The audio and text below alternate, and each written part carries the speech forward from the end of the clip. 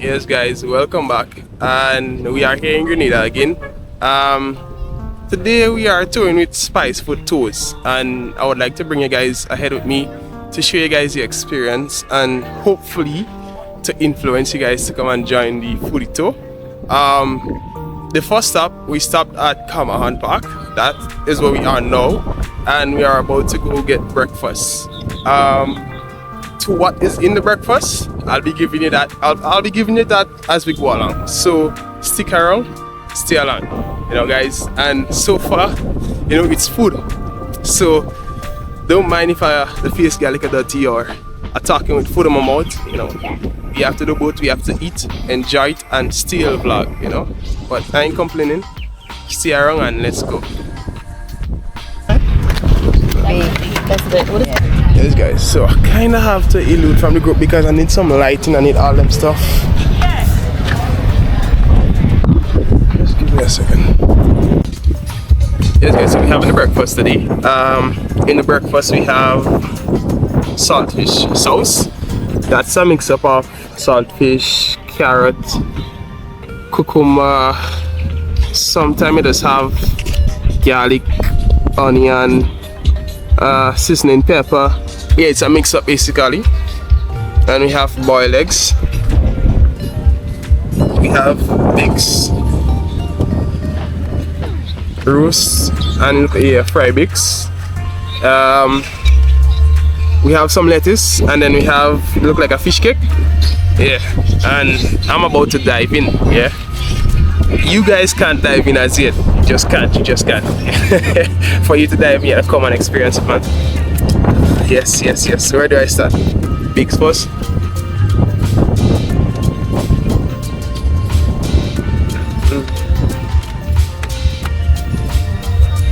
You didn't see that.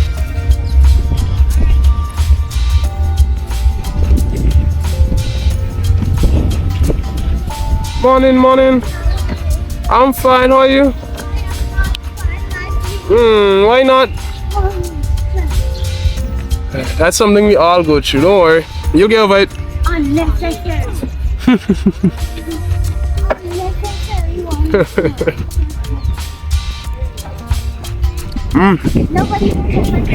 Guys, saltfish sauce. Yeah. That boiled good, not too salty, seasoned well, and it tastes good. The bakes too, not too dry, just good. Yeah, I'm enjoying it. I just need a drink now. I'll get enough few. Yes, so we tried the roast bix already. Time for the fry bix now.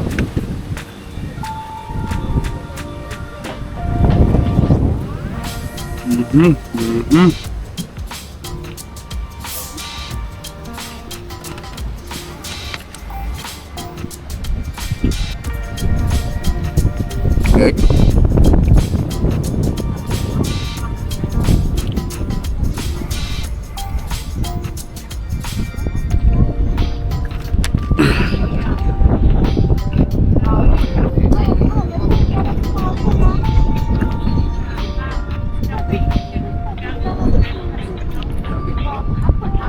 Yeah, I'm just singing that song in my head, just vibing to the tune.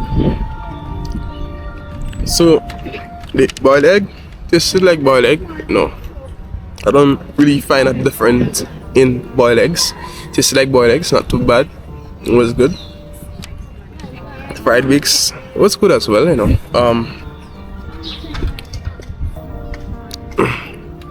Yeah. Fish cake.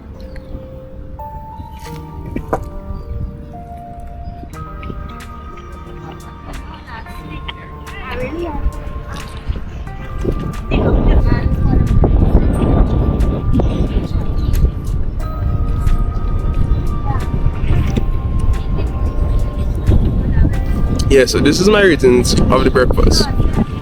On a scale of 1 to 10, I'll give it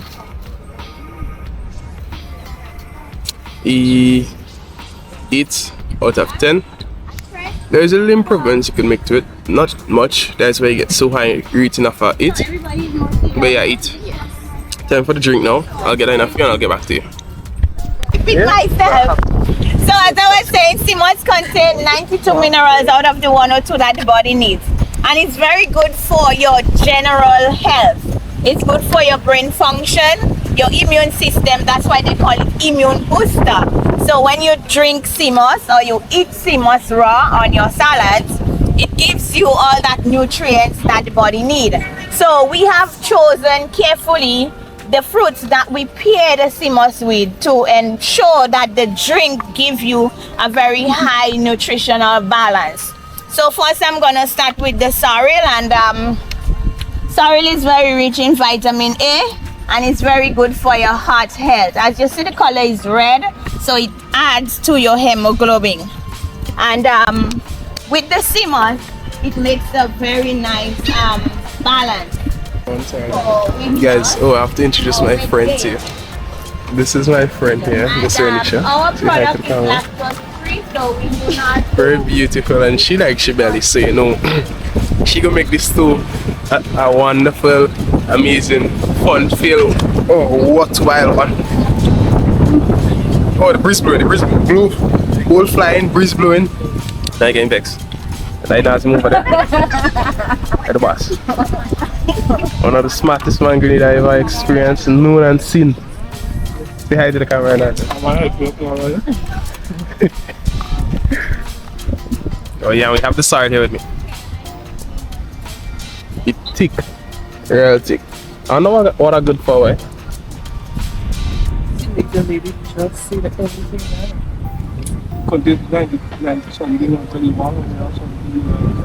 there. She see that? She wants and the sorrel added to the CMOS helps with kidney. Life at back? Wow. What about city? Guys, I get a medical lesson into the door. And vitamin A loaded. And with mango, you know, you can have mango by yourself. It's a Caribbean thing where we would sit with a washpan of mango during mango season, and as we say, pot turn down, you know, something like that. Yeah, so mango is a very friendly, okay, friendly fruit for kids, adults, and everyone alike. Oh, whatever she said. You can use mango to make mango lovely cheesecakes as well. And,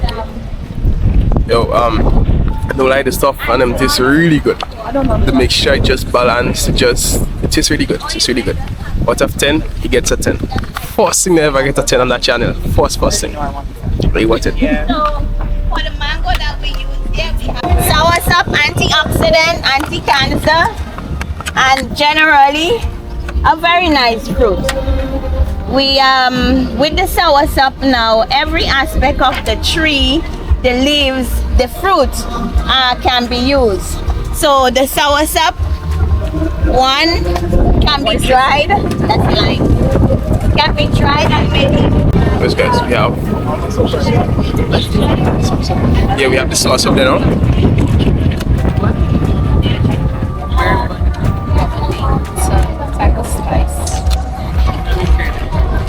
All them things just taste good. Everything just tastes good. Everything.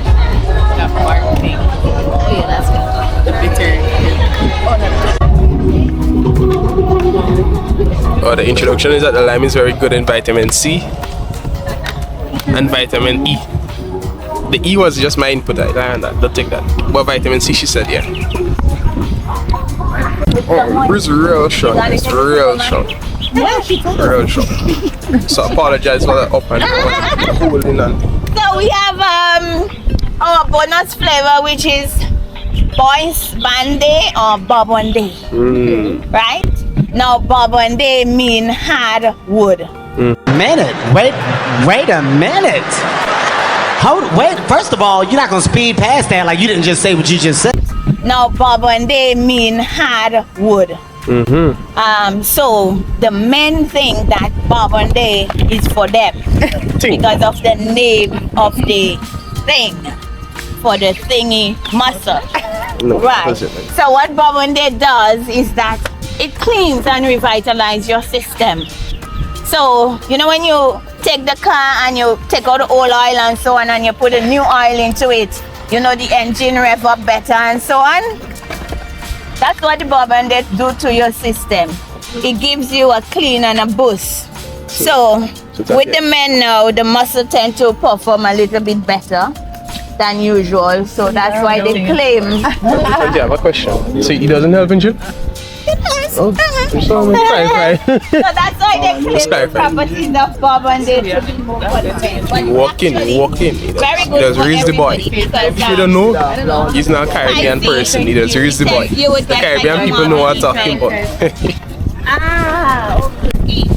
It also contains the agent that kills the skin. Let's say you have sunburn or you have a rash or eczema, all of these things.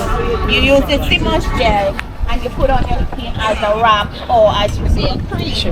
And Yes, it heals you within a couple of days. You get healed by that natural that comes from the sea. So it's basically what they say the superfood, super ingredient in everything you do. So you can prepare Simmons by buying the dry Simmons, putting it into the overnight, covering it with water and adding a little lime. It rehydrates very nice. And then you can chop and put on your salad with a dressing. Or you can boil your water with a little cinnamon and pour onto it. Now remember, I didn't mention we boil seasoning, so you do not ever boil. Right? We boil our seasoning and we pour onto the Simmons. We stir and allow it to gel. Now our process is different. You might just do that thing, you stir it and it gels and you leave it there. Our process to get the beverage is that we have to go through a lengthy process by sieving and getting it into a very fine textured gel before we can make the product. And the product is hot pressed. So when the product is prepared now, it has an 8-hour rest before we can bottle it. Yes guys, so next we are about to go grab a Simmons there to drink from the table.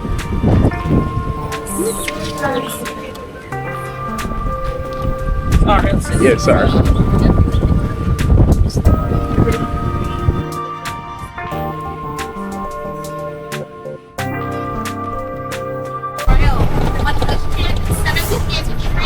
In honor of King George III, right?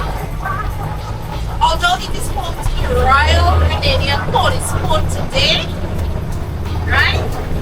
The Royal Grenadian Police Force, right? It was the scene of a serious contention between the British and the French, right? So that's one, and also was the scene for the Grenadian Revolution, which ended on October 1983. So that is one of the reasons that we say that is the most important historical movement in Grenada. It is an important site because you have the town of St. George, the cliff of St. George's Harbor, and the very of the southern coastline. You can hear me from that? Yeah. So even right? You couldn't see it from also from the harbor, right? Which is Grenadian coast. Right? So when it comes, that's why we're off the lake, just like Arab, we have to get the coast in the harbor. Right?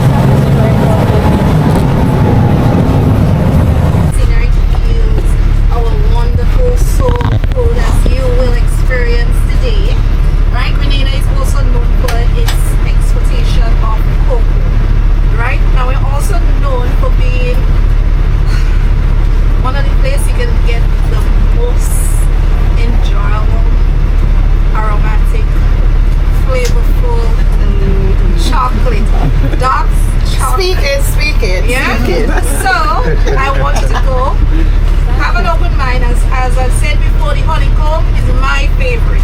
So when you come from there, I want to hear what's your favorite. And tell me some of the spices you can taste in the cocoa tea, right?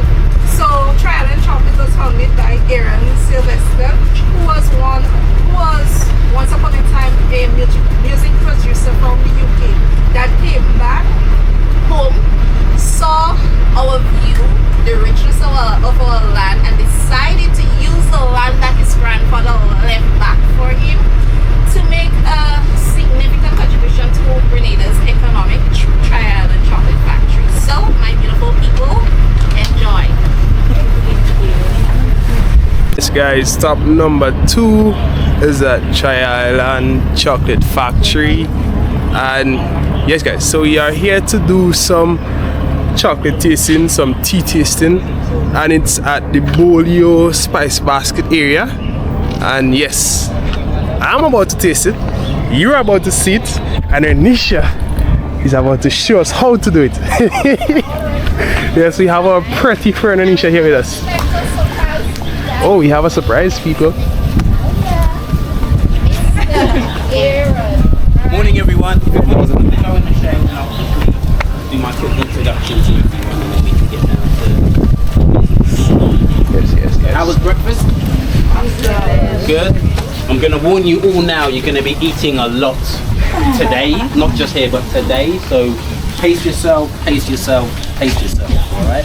I don't want you ringing me later on saying, we didn't listen to you, I'm in trouble, my stomach's full. That's what happens, all right? So again, my name's Aaron. This is Renisha at the back. Hi. Just wanted to say welcome to the Spice Basket.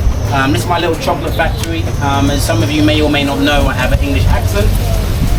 Born in London, parents left Grenada when they were 20, moved to the cold of West London. When Brexit took place in 2016, I made my exit and I moved back to Grenada. I started to learn to make chocolate in 2017. I learned to make good chocolate in 2018. I then started doing chocolate factory tours where you can make your own chocolate bar. And we do a Rastafarian tour up on my family land in Mamakan. 2020 happened. We skipped past that year for obvious reasons. And then we reopened the chocolate factory in 2021. And in 2022 we moved here. Okay, so this is how it kind of works. So what we're going to do is half of you are going to go do the outside tour, which will be the spice trees and so forth with my colleague Renisha, and you'll get to see the ylang ylang tree, which is the perfume tree, or the Chanel No. 5 tree as it's known. So don't be stealing all the flowers. And then the second group are going to come inside with me. You're going to taste some chocolate, learn about how we make chocolate, and then when everyone comes back together, I'm going to switch. Okay? First group, do not eat all the chocolate, leave some for the second group.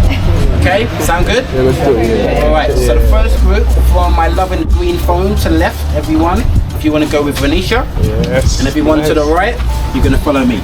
Okay? So if you make your way down the steps there, Renisha's going to take you, so my and everyone else, come with me. Yes, people, so we're going to taste some chocolate first. I wanted to go tough first, but see what?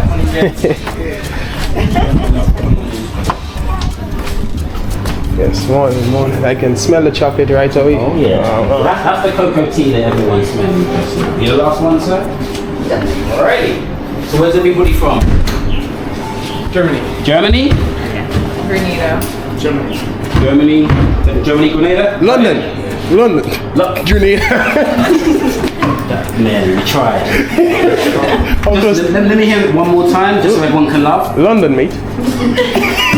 So, moving swiftly on. Well, guten Morgen. So, my German is terrible. My girlfriend's from Essen, and I'm still learning. Alright? Just so you can know. So, as I said before, my name is Aaron. This is my little chocolate factory. Grenada is the smallest country in the world, as some of you would know, with the most chocolate factories. Alright? Believe it or not, we have 7 making chocolate from the tree all the way through to the chocolate bar. Okay? So my German friends, you might be more familiar with Ritter Sport. Chocolate, not as good as Grenadian chocolate. Okay, let's just get that out the way. So we're gonna start. So we're gonna start with some cocoa tea, which is our cocoa ground down and mixed with spices. So it could be clove, ginger, cinnamon, all infused to make a spiced hot chocolate. Let's say. Okay. So I'm gonna give you a sample of this. There you go, my friend. Thank you.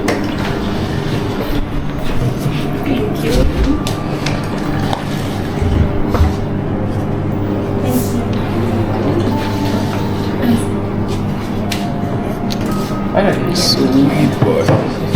Sweet. Nice. Oh, sorry.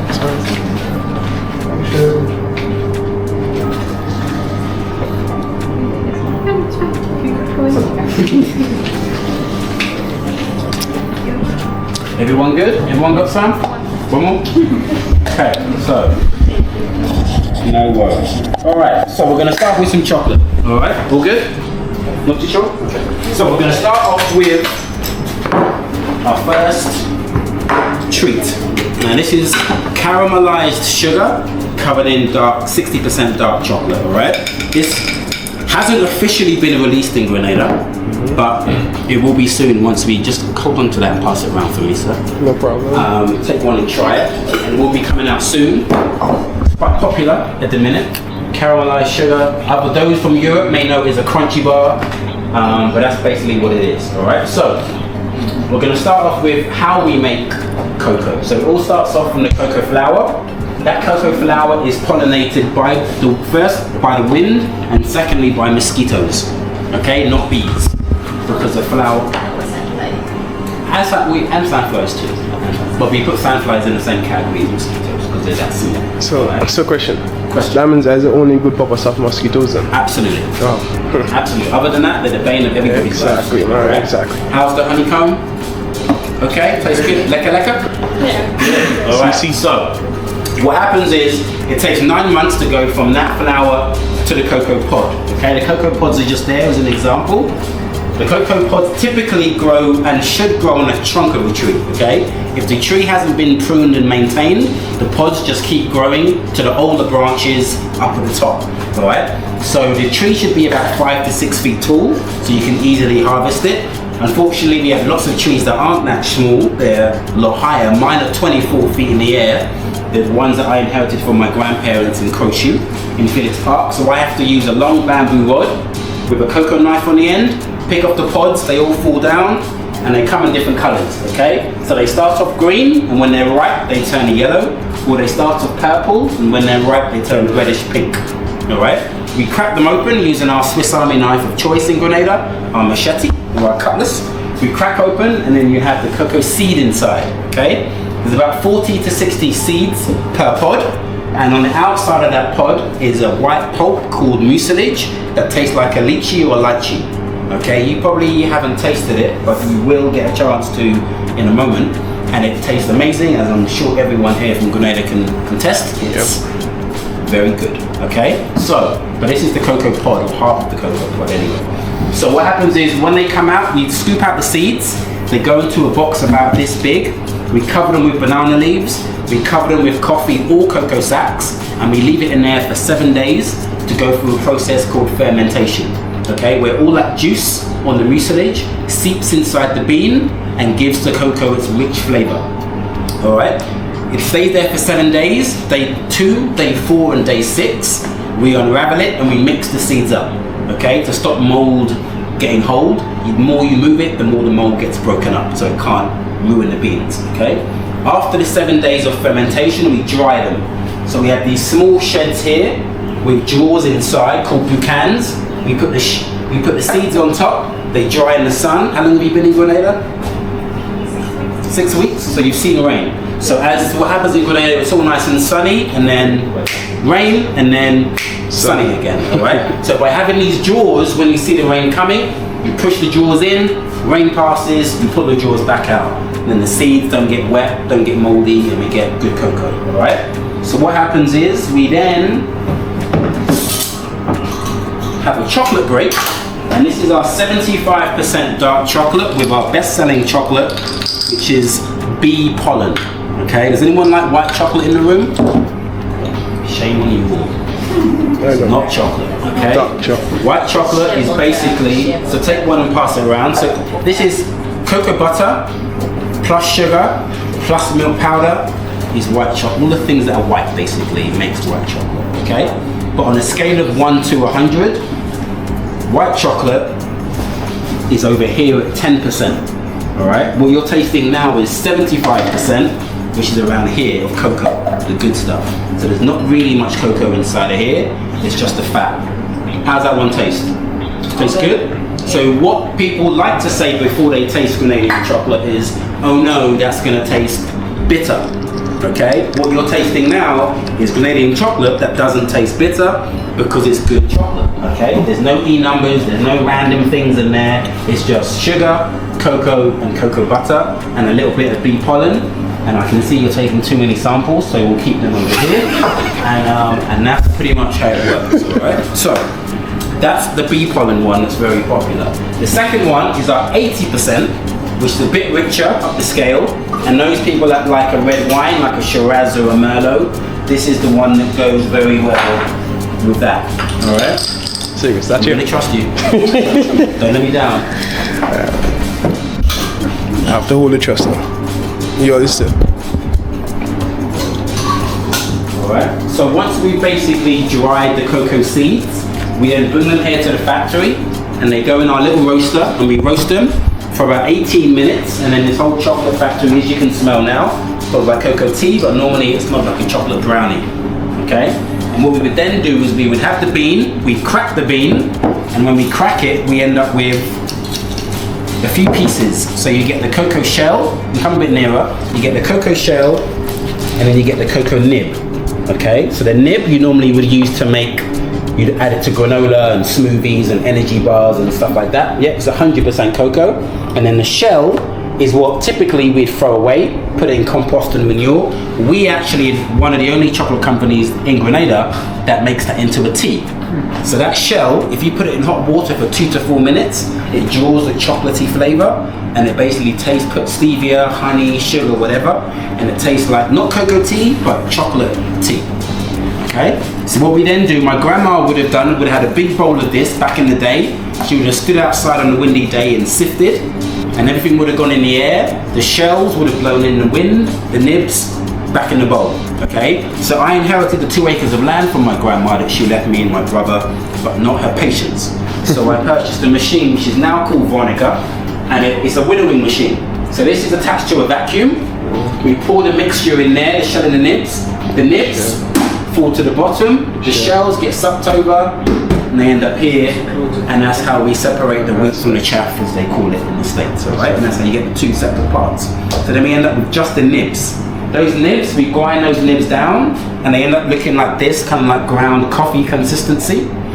We would then use a hydraulic press, add heat, and out would drip your cocoa butter. Okay, so that would go one side, and use that for your lip balm, skin, hair, cooking, all that good stuff. Then this would get a bit smaller, you grind it again. That would then be how you make your cocoa powder. Okay, but we're making chocolate, so when it's like this, it would go straight into this machine here, and it would grind away for 2 days. So this powder plus some cocoa, yeah, Grenleg love us. We pour it inside here, add some cocoa butter, grind for 2 days, liquid chocolate. Okay, you'd add in sugar, and that would be your dark chocolate. Okay. The crunchy or something. Conch, yeah. So you've got grinding. Yes. Conching is where you then loosen the tension and let the chocolate keep on whipping around in the machine. And by conching it, you make the micron size of the cocoa get smaller. Good morning. Get smaller and smaller and less grainy. And that's the silkiness that you're expecting in chocolate. And that's what the conching is, where you're whipping the chocolate and you get the flavor and the smoothness. Okay, so it takes 2 days to do that. All right, and the very final stage out of all of that is where we have to do a process called tempering chocolate. Just like when you temper glass or metal, you have to heat, cool, and heat, and that gets the particles in the right order. So in chocolate, we heat the chocolate to 45 Celsius, cool it back down to 23, and heat it again to 32. And when we do that, the particles get into the right order at 32, and they lock in place. All right. We then pour that chocolate into a mold. That mold goes in the fridge for about 20-25 minutes. When it comes out of the fridge and you snap the chocolate bar, you should hear that noise. And that's showing you that it's a well-tempered chocolate. So what chocolate should sound like when you snap it. Obviously a Mars bar and a Snickers bar does not make that noise, but dark chocolate should do, okay? And it should be black or brown, should be shiny, and when you look down the edge of the chocolate, it should look like a shard of glass when it's snapped. Okay, and those are all the things you look for in well-made dark chocolate. And the very last thing is you may have had a chocolate where it melted and you put it in the fridge, and when you looked at it a couple of days later, you saw these weird grey white lines. Well, what that is the chocolate was tempered, so it was all nice and shiny. It melted, and the butter split away from the chocolate. And when you cooled it again, the butter stopped wherever it was. And that's what you're looking at, the butter that's separated. People think it's gone moldy or rancid. It's completely fine, as long as it's dark chocolate, and it should only have 3 ingredients: cocoa, sugar, cocoa butter. If it has milk, or milk powder inside, obviously milk goes off, so the chocolate, the Hershey's and Cadbury's, you can throw those in the bin. Alright, but the other chocolate, you can eat it again and again and again. Alright, so that's the process of how we go through from the tree all the way through to the chocolate bar. Hence why you may hear people talking about tree to bar chocolate. And then in Germany, let's say Rittersport, they would buy beans from Grenada, West Africa, wherever, and they would be known as bean to bar, because they buy the beans, then they'd make chocolate. But we have the trees, so we are tree to bar. Okay? Any questions? Did anybody know everything? There are large quality differences in the cocoa fruits, and so I heard about it at university at the time. So and there are only very few that which are really the high quality. There's three main ones, and then there's lots of genotypes underneath that. But the way in which I think where your question's going is that with cocoa trees in Grenada particularly, most people will have 1 or 2 cocoa trees on their piece of land, or and a couple of acres or whatever they might have. But you'll have a cocoa tree, and then 5 feet beside it you might have a mango tree. 5 feet beside it, you have an avocado tree. Okay. 5 feet beside it, you have a cinnamon tree. Okay, but all of that is on one small plot of land. Okay. So the flavor of those roots that go into the ground from each of these trees are going to at some point impart their flavor into the cocoa tree. So it won't taste like mango, cinnamon, and avocado, but it will definitely have a flavor to it because of what the roots that's passing the cocoa tree. Plus we have volcanic soil that gives it another element of flavor to it, and obviously we have great sun also.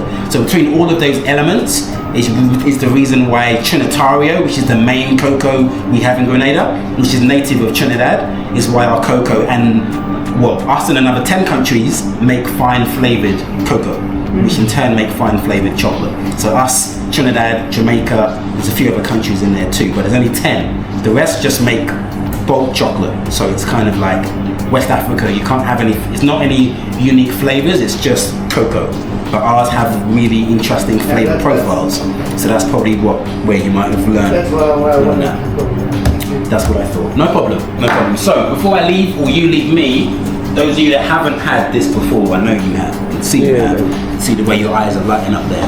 Them Grenadians, Exactly. And if they haven't, shame on them. Yeah. All right. So you're gonna try the cocoa seed.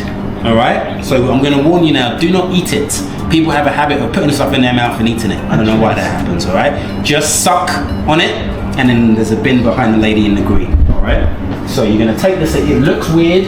It's slimy, but it tastes amazing. That's all I can say to you. All right. Yes, if it doesn't, I'll give you a refund. You will.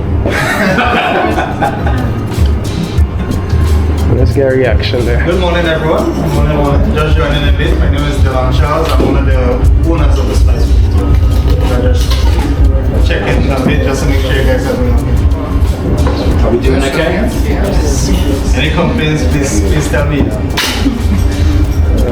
How does that taste? So out of what? I know you know. But out of the chocolates, which was your favourite? The honeycomb, the 75, the 80? Okay, maybe that's our best selling one. How's the pod? I made the right choice, it tastes good? Sorry if I bit on this. It's just better. Yeah. Because of the hot sauce. I wouldn't advise it, but it's not going to kill you. It's just not particularly hot. More than one seed. But you're Grenadian and cocoa. And how about the chocolate? Which one did we like? So who liked 75%. straight to dark chocolate. You and that sweet. I just knew you had a sweet tongue. You knew it. So did you like the 75? Anyone like the 80? 80? Yeah, I did. Okay. My friend over here. Yeah, the 80. 75? 80. 80? Yeah. And the way you were yamming them 75s. Okay. Alright. So folks, that's it for now. The second group are going to come in. We're going to switch, and then if you just wait outside where you were, and they'll come and take you down as soon as possible. I hope you enjoyed that. As I said to you before, pace yourself, pace yourself, because the food's coming thick and fast today. Yeah. All right. Some of your chocolate? Yep. Here again. I need to have At the end. 275 and 280. Okay. Well, when we do the tour at the end, come back up and I'll do it. Excellent. No problem. The bin's just. Guys, so we are about to go do the tour then now. And as my partner now said, you can't wait for the rum. Give me that. I want to taste that. I don't want to get caught in your Oh, sorry. Yes. Continuing. Give me that. Rum. Yes, people. Place nice, man. You know, Spice Basket is a nice little area. You can come and relax. You know, you and the farm and the people.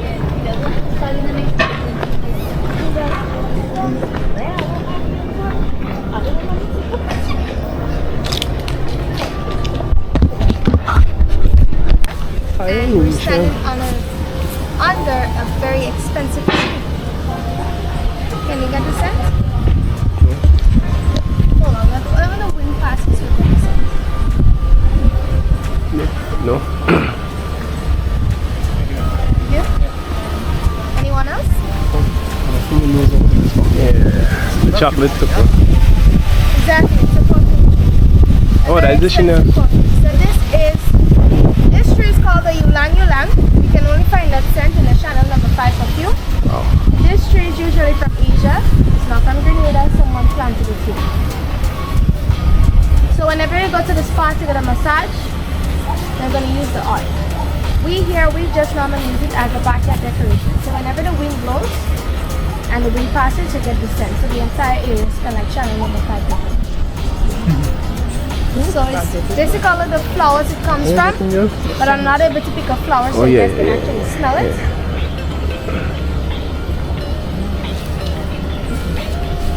You can smell it in this one.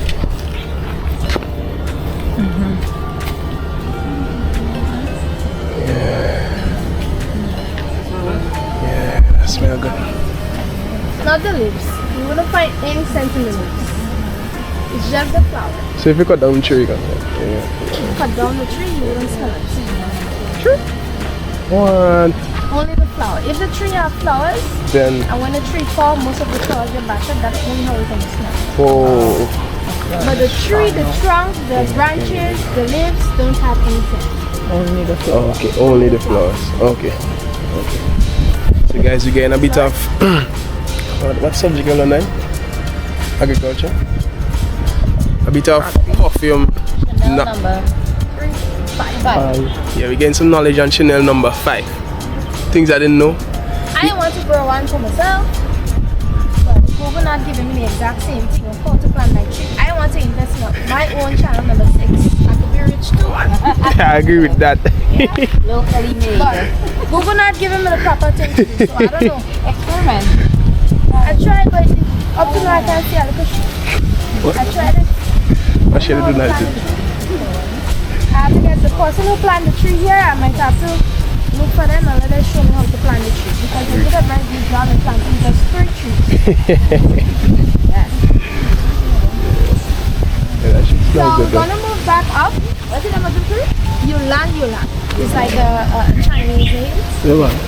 I feel I know what I'm going to do to get rich, yeah? So if you go to the perfume shop and you watch at the back of the channel number 5 box, I don't think they have it on the perfume. The box in the back, you're gonna see Ylang Ylang. So it's YLANG, YLANG. Ylang. So I'm gonna move back up. We make an oil, backyard decoration. That's the only thing we can. But it's a very expensive oil. I don't think you will like the branches. They must be the size of your neck in order for you to harvest the branches. So once it reaches the size of your neck, you cut it up into pieces that you can manage. And then you take a knife or a scraper and you scrape this off. You'll be left with a nice greenish color towards like this. You're gonna make a hole at the top, a hole at the bottom, give it a tap, and cut it out of the tree back, and then you place it in the sun to dry. It's gonna roll up and then you're gonna have the nice brownish goldish color. you have your cinnamon sticks. If you don't prefer the stick, you just buy the sticks only, you grate it and you have your own kind. So it's not necessary to buy both. Just buy the sticks and then you go. So we drink it in tea, we use it in tea. But it's a good and a bad thing. So it brings up your blood pressure and it also brings up blood pressure. So you have to be careful of how you drink it. True. So you can only drink it twice per week. That's the only recommendation that I can give you. Twice per week. I used to drink that every day. So we have some guys Not that are advised high. to drink it every day. Now why my blood pressure is so high so? Maybe yeah. So it's a good thing and it's a bad thing. Drink it twice per week. You can drink it Monday, give it an ease up and drink it Thursday or Friday. If you want to drink cinnamon tea every day, you can use the leaves as a black tea, but it's not going to be as strong as the stick. That's much better. But the stick is a good and a bad thing. So sometimes, well, once we had a group coming here and she said that every day she drinks spicy, and then she ended up in the hospital because it brings up her blood pressure, it brings right back down, and she continued drinking the spicy, and she faints, and she does not remember what happened. So it's a good thing and it's a bad thing. Be careful of how you drink it. Right? Yes, miss. On the other side of it, we have a cashew nut tree. So this tree usually bears in the month of February only, but since they trim the tree, it's folded a little bit. So if you look at the end here, you're going to see a fruit, but that's not how it's supposed to be grown. This one has a little malfunction or something. So they use the fruit to make a wine, and most people eat on it. They say it tastes like an apple. I don't know because I don't eat it. The smell alone just turns me off, so I wouldn't eat it. I usually come below the tree to pick up the nuts, put it to dry, and then I go ahead to roast it, and I have my cashew nut to eat. I don't bother with the fruit. I throw back the fruit there. Right? And they also use the cashew, not to show how they make the oil, but the cashew itself has oil in it. So if you pick it and you go ahead to roast it, the oil is going to start to form and then it's going to pitch up on you. It intends to scald your skin, so it's going to rip off a piece of your skin. So you have to be careful and you have to dry it first. Any question? So as you can see in my hand, I have 2 cocoa pots. So they can grow up to the size of an American football or even bigger. And then I can also have you guys taste. So you suck on it. Did you guys taste it at the factory? Yeah, great. So I can get rid of it now. You want the next one? Yeah. You can have the, yeah. No, I'm gonna throw this out. But the one I really wanted you guys to taste was this one there. Because this one tastes just like a mango. Not too sure if my boss had mentioned it on the inside, but cocoa trees are really shallow in the ground. So whatever tree that are planted next to your cocoa tree is going to grab the nutrients and the flavor. So when you taste your fruit cocoa, it's going to taste and smell like a mango. This one tastes and smells just like a mango. Because there is a mango tree right in the back there. Yeah. So you have to be careful of what is planted around your cocoa trees. If you have your own farm and you have mango trees next to your cocoa tree, and then you go to your other farmer or your neighbor and he has spice tree and citrus trees along with his cocoa tree, if you mix up those pods, you're gonna get a confusing tasting chocolate. So you're gonna keep those being separate. You keep those that taste like mango, you make a separate chocolate, and you keep those that you get from your farmers to make another separate chocolate. Any question? What does this one taste like?